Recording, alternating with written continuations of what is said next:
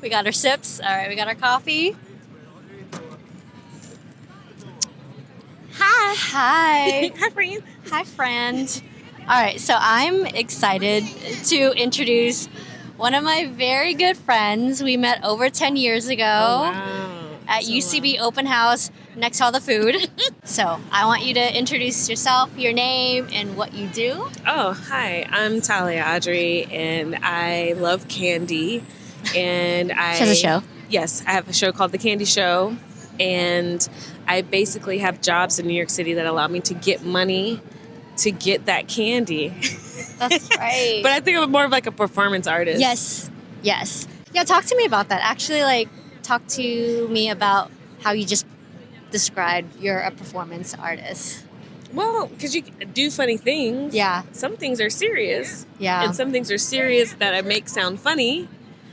That's true. So I feel more of like a performance artist. But for my mama and my aunts, I am a comedian. Because it's easier to explain. Yeah. Like, I'm not on the Maria Abramovich level yet, which Got is it. sitting there. But listen, if you want to sponsor me, if there's like a grant program, I got some ideas. Ideas for stuff like that. Yeah. Okay. Well, tell me how you got into all of this. I've always wanted to dabble. And then my first corporate job out of college, I was like, let me try to do something. Oh, so wait, this is like post-college. Yes, it's post-college. Okay. I was a very serious individual. Yeah. Yeah, I didn't do any dramatic stuff in college. I stopped everything when I went there. Wait, did you do it in high school? Oh, yeah. Okay. I was on drama club. But I couldn't remember my line, so I was doing tech. And I know to build a set because I couldn't remember my monologues. Oh my god. Yeah, a lot of background work. It's stage fright. You know? Well, actually, how does that translate into you doing it now? Because when you perform, it's. Well, that's why I do music, because it's easier for me to remember. But even I have friends who are fantastic stand-ups. Yeah. It changes a little bit because if you know your friends, you know their routine pretty much that they're working on, but you see it morph and you see it change. The same thing with music, but for music, it's easier for me to understand in my brain. Does that make sense? Everything's music to me. Okay. Yeah. And what are you doing now? Right now, I'm just... What are you working on? Right now, I'm working on resting and listen to your body. If you think that something's going on, listen to your body. Because your body will be like... Just pause for a minute. Yeah. So I'm on pause, but I'm able to write again. So okay. What are you working on then? We'll see what it becomes. Okay. Been writing in proper format. Yeah. Because now is the time to slow it down and see the final draft format, not just in notes. Like going back to what I've been taught to do industry standard things and try to get back out there and do another solo show. Yeah, what does that look like for you going into a solo? What is this, if you can explain what a solo show is? A solo show is when there's one person on stage. Sometimes you can have supporting people, but it's mainly one person on stage. It does not have to be all stand-up. It does not have to be all... beatnik poetry. It can be basically anything you want it to be. And I did a solo show before I left Charleston. Hey, shout out to Charleston, South Carolina. Before I left Charleston, and I didn't have any type of training on how to write, so I would just write sketches. So the whole show is basically sketches, and then I wrote a through line to connect them all together. Okay. It was almost like an hour. I think the show was like almost an hour and a half, and I had to cut it down. I was so exhausted. I did not know how to really do a show. It was ridiculous, but it was like trying to explain to people how my brain is on ADHD while being on a corporate job. Yeah. So it was fun. And then the second solo show, I went through SoloCom at the Pit. And I had a wonderful mentor, Peter, who was over the whole department, really taught us how to market our show. And so you got 30 minutes to do whatever you wanted. Okay. And they partnered you with another person, so you had like an hour block. Yeah. But they really took you in, like, this is a log line. This is how you market your show. This is how you da-da-da-da-da. So after doing that performance, I was able to build on it, build on the show. Was that the one that gave you the structure that you needed? It did, because at that point I'd already finished some sketch classes at UCB, so I knew how to write properly. Yeah. And then I worked with a director outside of the UCB world. They're in the play world, just to get a different perspective. Yeah. I always wanted to like push it just a little bit. And what year was this? Oh, gosh. So we're going way back here. Yeah. 2016. And then I did the show. I rewrote it, did it again. Rewrote it again, and then when I applied for my first festival outside of the city, I got it. Yeah. Because I was prepared. Got it. I knew what to write. Yeah. And I was like, oh, it's just a yes. I'm like, yeah, okay, cool. That's amazing. All right, so now the power of folks helping you. The power of the group. Imagine people sharing information and not gatekeeping. What a concept. Look what happens. You have concept. more things that come out. Wait, so how did you do all of this? Because if y'all don't know, Tahlia has a full-time job. This is not her full-time job. She has talk to all of us how you navigate the entire full-time job, and you're writing these shows for yourself, and you're producing these things. Yeah, because at the time I was also performing. Yeah, and that too. Yes. Also, which helps because it helps you get in your reps because you need that. This is how we also met too. Yeah. Yes. This is a funny lady. She was trying to be serious, but she's funny. I'm trying to tell you, she's really funny. Just being able to put those reps in, you really gotta. It's almost like you have blinders on. Yeah. One of the good pieces of information I got from one of my mentors at home, Brandy Sullivan, she told me that no one's going to care about your project as much as you do. 100, like, that's you got to dig in, and you got to dig deep. Yeah. And even with shows in the past, and I've had creative differences with third eye directors because I'm so used to doing everything on my own. So when you bring somebody in, they may not see your vision. What does that look like? Hold on. Like now I'm just like, all right, there's you and then there's a director. Yes. Like how does this all fit together? It's a lot of like this, and you do have to relinquish the control. Okay. You do, because they do have your best interest at heart. At the end of the day, you have to this is my goal. And what does the director do in this case? Oh, just tell me where to stand. I'm not so classically trained. Visually. I'm trained improviser, so I can improvise, but I'm not classically trained actor.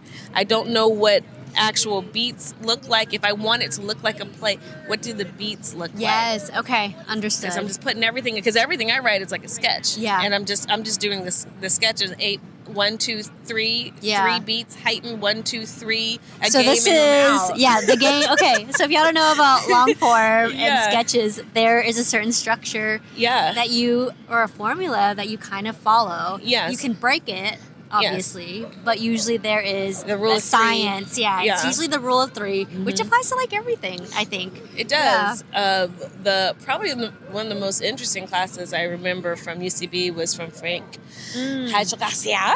Hello. And he did a class called From Improv to Sketch. And I'm like, oh, this is perfect. This is how my brain works anyway. And it was beautiful because you were able to take these things that you're just playing around with and pull them into characters. Yeah. To this day, I still use some of the same tactics I used in sketch. Even though we have all this technology, I have a raggedy old foam board. Yeah. And I storyboard. Yeah. I think a lot of people still do that.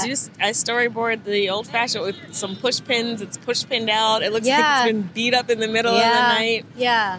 Yeah, it's storyboard. How do you do that now that... But Dirty Little Secret. Ah, that's right. Yes. Okay. Yes, cool. I love that group so much. Because I love how usually it starts off with an improv group and then you get the ideas there because it's just natural and it's unscripted. And then you take it and you just build a storyline out of it. Okay. Yes. Most of the time, I'm trying to tell you, honestly, just ride the train in New York City. Yeah.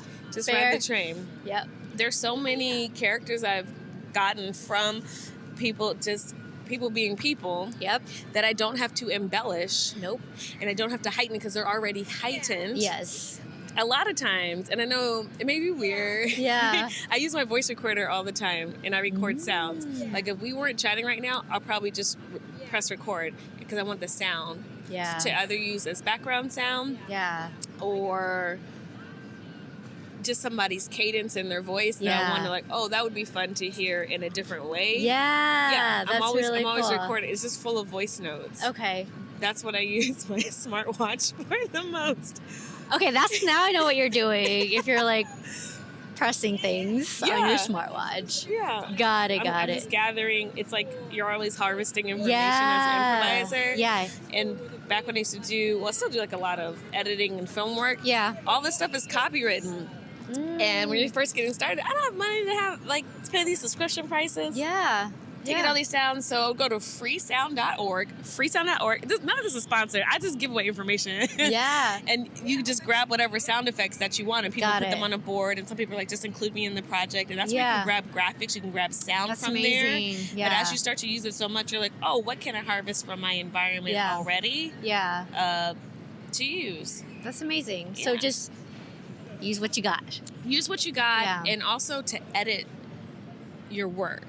When I first started, I'm the queen of props. I love props. I was on a sketch team and I was the prop master. I love making props. Yeah. Yeah, I went to see a taping of SNL and they were doing all sorts of stuff. I was in love with those props because I was sitting so close. I was like, this is amazing. I'm like, yeah, because if they have this, they can just fold it down. Yes, and they fold it down. I'm like, this is great. Because how are you going to get in and out in 30 seconds? I love props. I love like fake food. Like I follow a lot of the movie behind the scenes people. So in the films, when you see that they're drinking ice, it's not ice, it's like plastic ice. Yes. And then the paper is like a special paper so it doesn't make the crinkly sound, like things like that. I love it because I'm like, oh, it saves time on the back end. That's really cool. Yeah. Wait, so what? Maybe I'm a filmmaker, I don't know. I think that's pretty cool. Like, there's some people who love to act, others like, I love the props. Like, what is so special? It's just interesting to you, or is I'm from a family of makers and engineers, and people just take stuff apart all the time. Yeah. So for me, it's just how to put things back together. Yeah. Mainly. And it's efficient. You're like, ooh, that's fake ice. Yes. Use that again. Or what is this? What is the sketch about? What do you need? Okay, no problem. Let me see what I can do. Give me like a day. Yeah. Is it more of like a visual and the logistical pieces coming together? Yes. Okay. One of my favorite things I ever made, I wrote a character that was a mini stapler in somebody's purse, and so I had to make supersized things in the purse. And that is... I keep some of them. Yeah. I have folks at home, they're tired of holding my props from college. Yeah. They had to throw away some of my props. Those are good props. God. Those are good. They got awards, okay, people?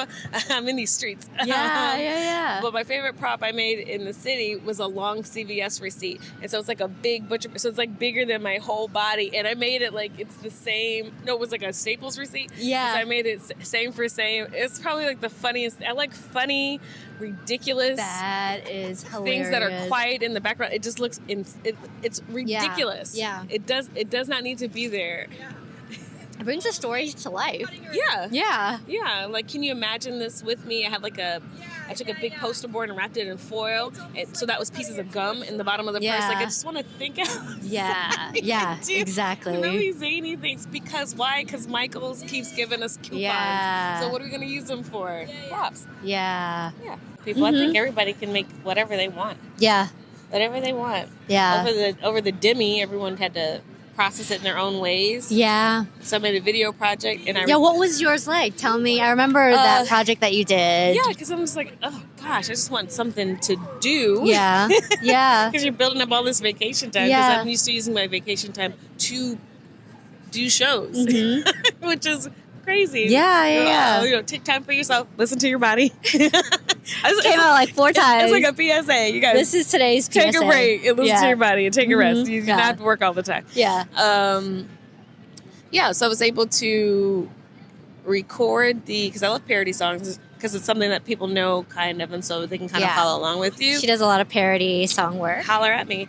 Yeah. And so I recorded everything on my iPad because at the time my computer was trying to leave this realm and go to the next realm. Yeah. And so it was just gone. So all I had was an iPad and a phone. Yeah. And so on the iPad I recorded all of my tracks. I did all of my masters and mixing for the songs on my iPad. I filmed everything on my phone with my $20 ring light. Okay, yeah. I found Twitter has coupons for Amazon.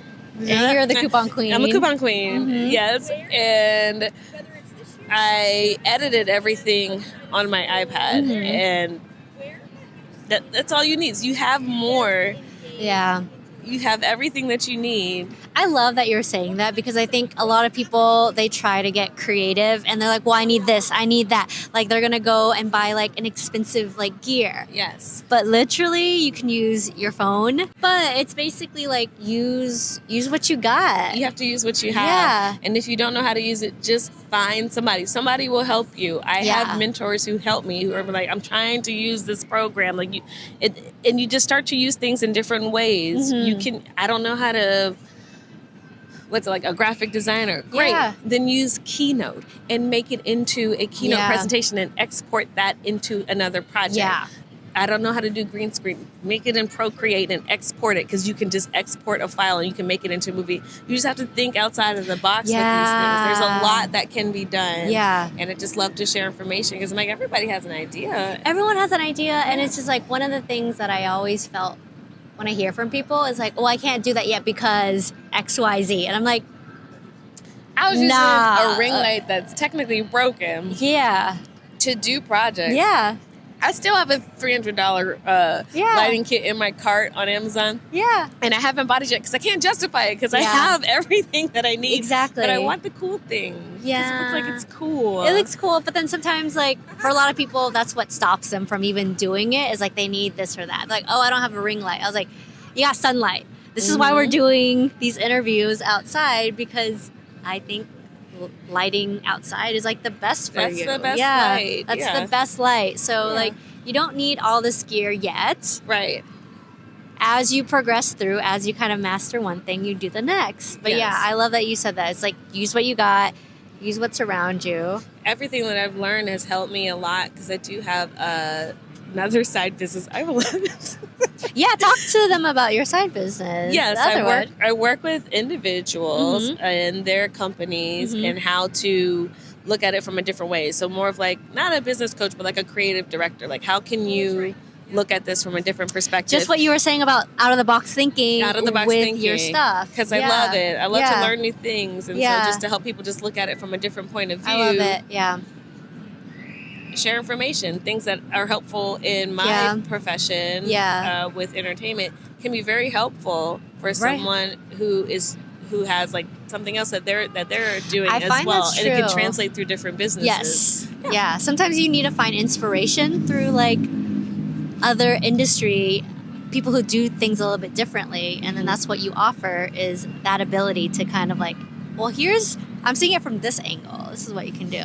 Right. That's awesome. And I love that. Yeah. Yeah. That takes me closer to what I was doing in college with working at the Chamber of Commerce. Yeah, that's right. Seeing how they're trying to pull businesses to interact with each other. I'm all about mom and pop forever. Yes. Even though, I'm a consumer.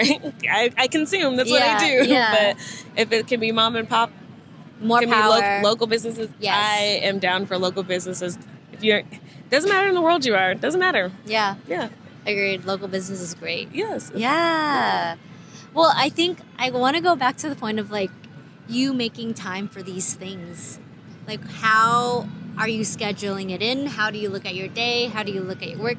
Obviously, you're talking about like resting. So resting is important. Resting is important. And if you're someone who likes to work a lot like me, because I like my work, then you need to schedule it. Yeah. And you have to schedule time to do nothing. So what does that look like for you? Like when you are in a season of development, of creating, of making those shows for yourself? The first thing, if I'm getting deep into a show, because sometimes when you do characters that kind of take over your life and your mannerism, it's really like a whole... Do you embody it? It's a whole process. Okay. So if I was a classically trained person, then I think that would be a method acting type of thing. Yep. It kind of takes over because I need to think like them. I need to breathe like them. And if I have a character, I pretty much have like a book or an idea of everything in their life. Yeah. So if you ask me any question about them, I can put them in anything and I can tell you about them, because that helps write the story or whatnot. Yeah. So if I'm getting deep inside a character or deep inside a project, I let my tribe know. Yeah. Everyone has a tribe. Like, hey, listen, I'm not going to talk to you for like 2 months. Yep.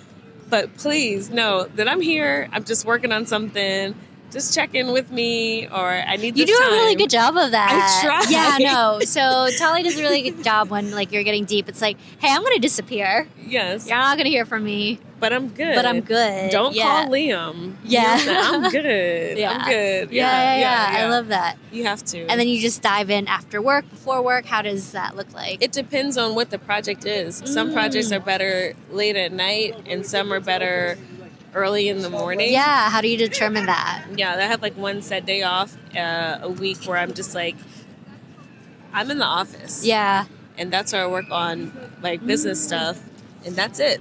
That's all I'm doing. Maybe a bike ride, and that's it. Yeah. And I don't talk about anything else. Or if you want to talk to me about, let's say, something related to the creative directing and consulting side, I'm like, great, send me an email. Like, I'm very hard line in the sand with it. Yeah. Because I have to compartmentalize my days, because I don't want to think about it. Yeah. I don't want to think about it right now. Yeah. Yeah. Because it's really for you, it sounds like compartmentalizing and making sure that you're totally 100% focused on that one thing. Exactly. Okay. I heard a rumor, I don't know if it's true, that Rihanna does like music on Mondays. Yep. Fenty on this day.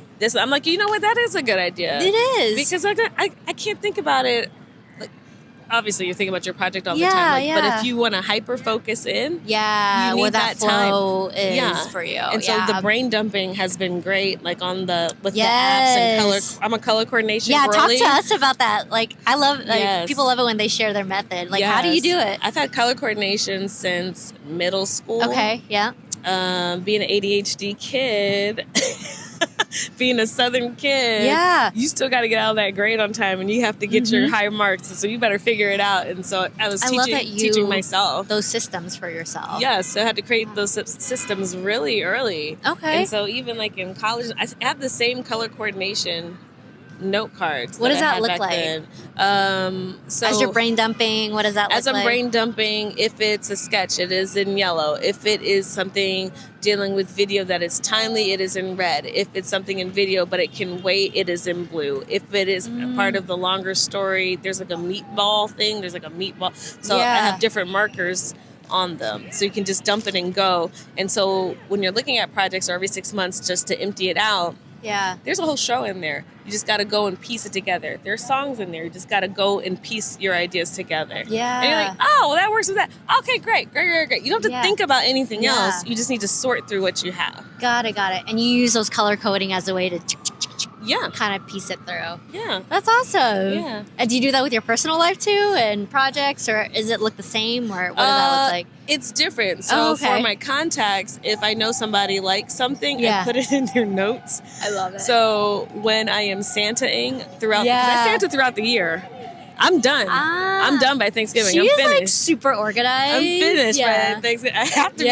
This is ADHD so that way, organization. Because by the time they have those Black Friday sales, I'm buying stuff for myself. Yeah. I'm in Macy's getting those shoes. Yeah. Yes. I've been elbowed by a couple aunties, but it's okay. Yeah. It's crazy in there. Yeah. But I keep everything in notes. So if someone likes something specific, I put it in the beautiful. note.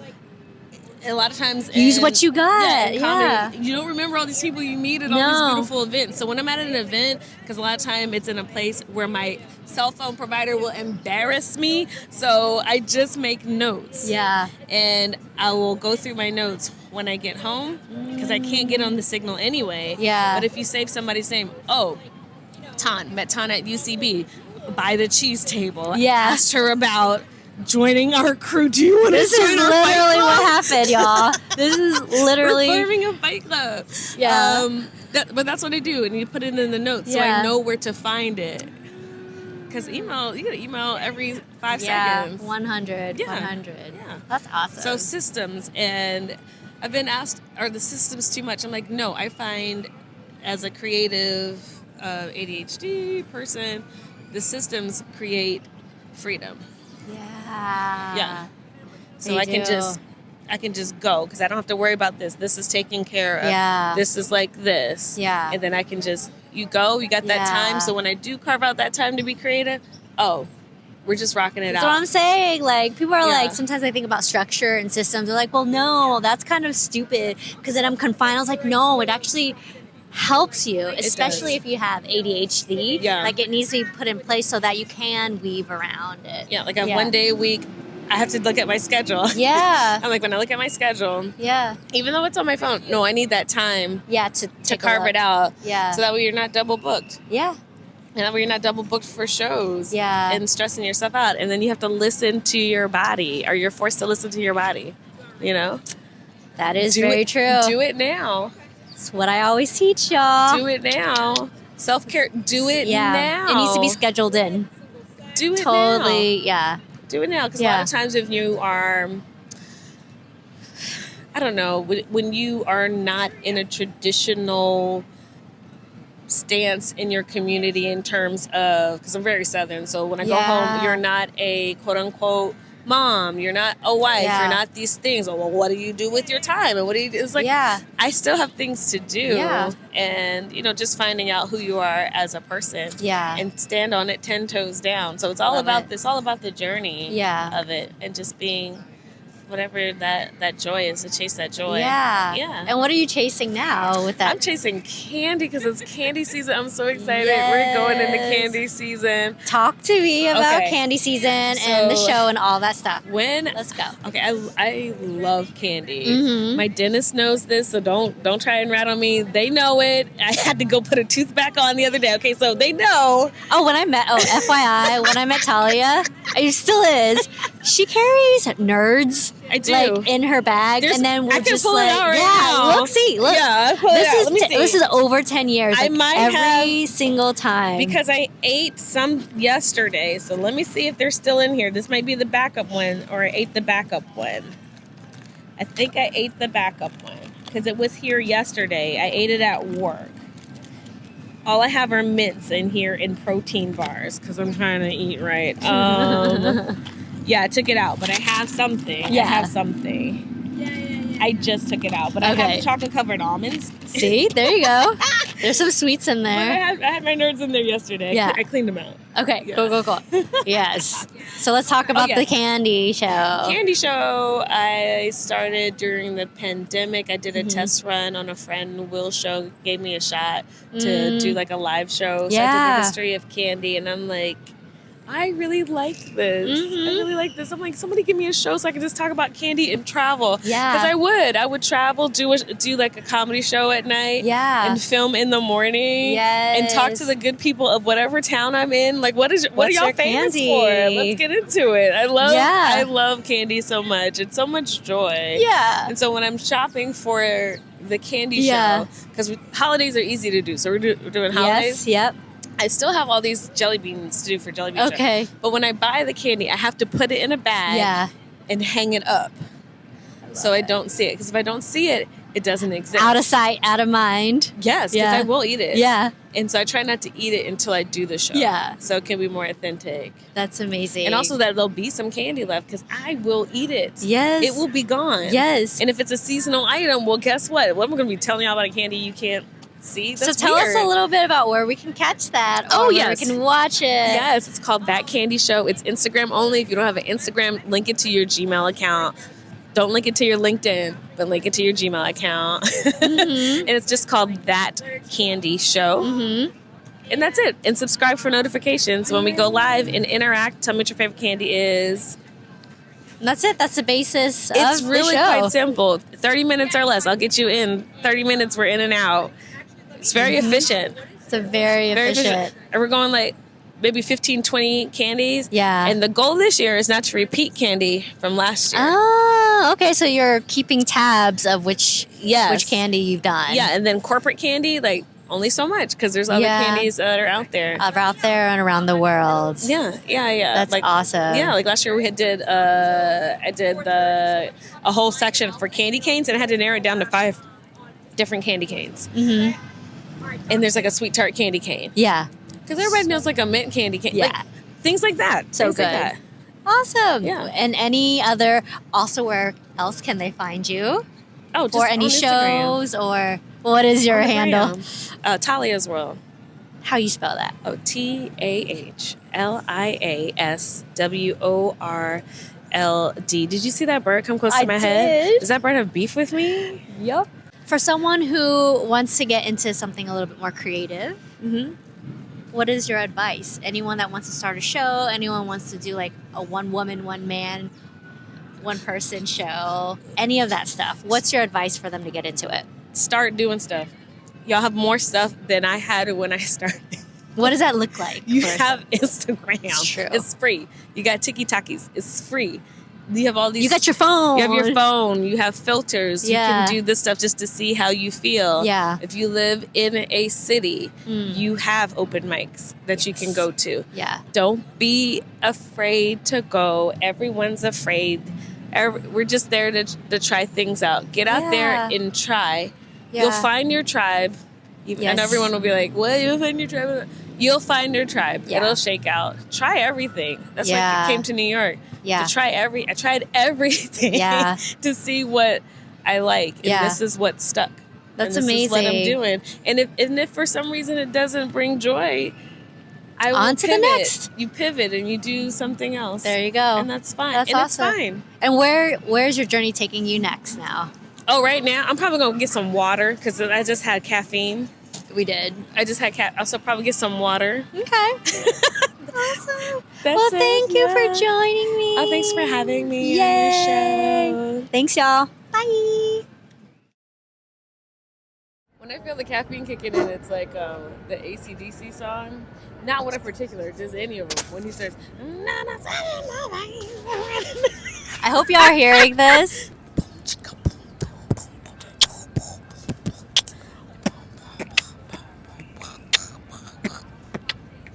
Yeah, just a cipher. I like his little pom-pom mics. I like them too. It's late October, which means the polar caps are melting. Why is it so hot? Yeah, it's hot today. Insane. The movie The Day After Tomorrow is a documentary, and Men in Black is a documentary. I mean, you're not wrong. And they're expensive. Are they? I never even looked. It's like $1 to call something. I'm like $1. Wait, 4 coins? 4 Dang. coins. I know my first bank account Me number. too, yeah. That's the one I know. It's because you used to have to write your number when you had to cash out your check. Yes. And you're just like, man, this sucks. I know that.